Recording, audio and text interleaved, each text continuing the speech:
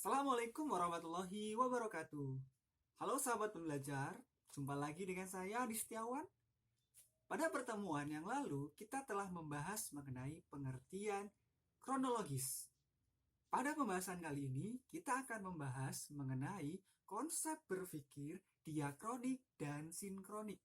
Nah, apa itu konsep berpikir diakronik dan sinkronik? Mari kita bahas bersama-sama. Baiklah, yang pertama kita awali dari pembahasan konsep berpikir diakronik. Diakronik atau diakronis dalam bahasa atau istilah lain sering disebut dengan diakronik. Berasal dari bahasa Latin, yakni kata dia yang berarti melampaui dan kata kronikus yang berarti waktu.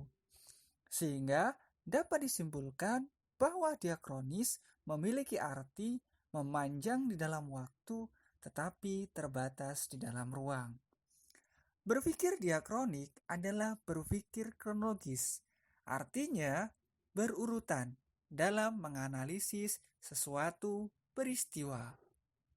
Baik, sejarah dapat dikatakan sebagai ilmu diakronis.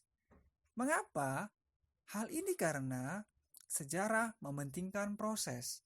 Sejarah akan membicarakan sesuatu peristiwa tertentu yang terjadi pada suatu tempat tertentu sesuai dengan urutan waktunya. Melalui pendekatan diakronis, sejarah berupaya menganalisis perubahan sesuatu dari waktu ke waktu yang memungkinkan seseorang untuk menilai bahwa perubahan terjadi sepanjang masa.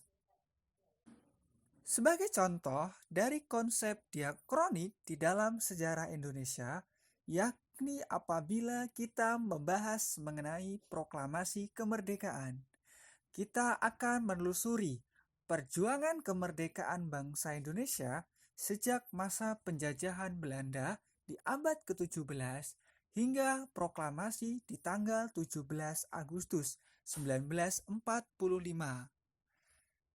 Ciri-ciri diakronik. Yang pertama, memiliki sifat vertikal. Artinya, memanjang dalam suatu proses, suatu peristiwa dari awal hingga akhir. Yang kedua, cakupan kajian jauh lebih luas. Yang ketiga, terdapat konsep perbandingan. Yang keempat, memiliki sifat historis.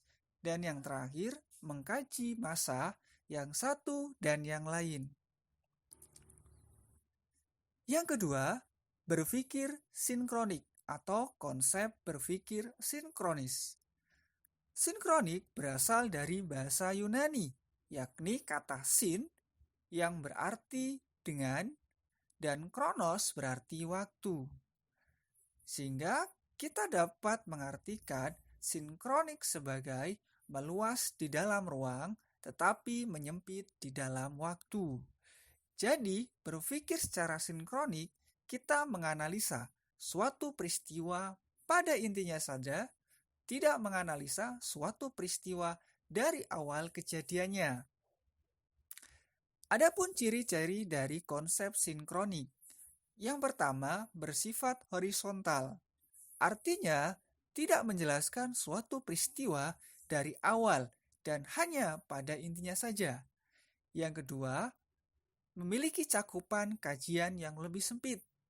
Yang ketiga, cenderung bersifat lebih sulit dan serius. Yang keempat, kajiannya lebih terstruktur. Yang kelima, mengkaji masa tertentu. Yang terakhir, tidak terdapat konsep perbandingan. Nah, itu tadi mengenai pengertian dari konsep berpikir diakronik dan sinkronik. Semoga kita bisa memahaminya dan bisa menerapkan cara berpikir diakronik dan sinkronik dalam memahami sejarah. Terima kasih, sampai berjumpa lagi. Wassalamualaikum warahmatullahi wabarakatuh.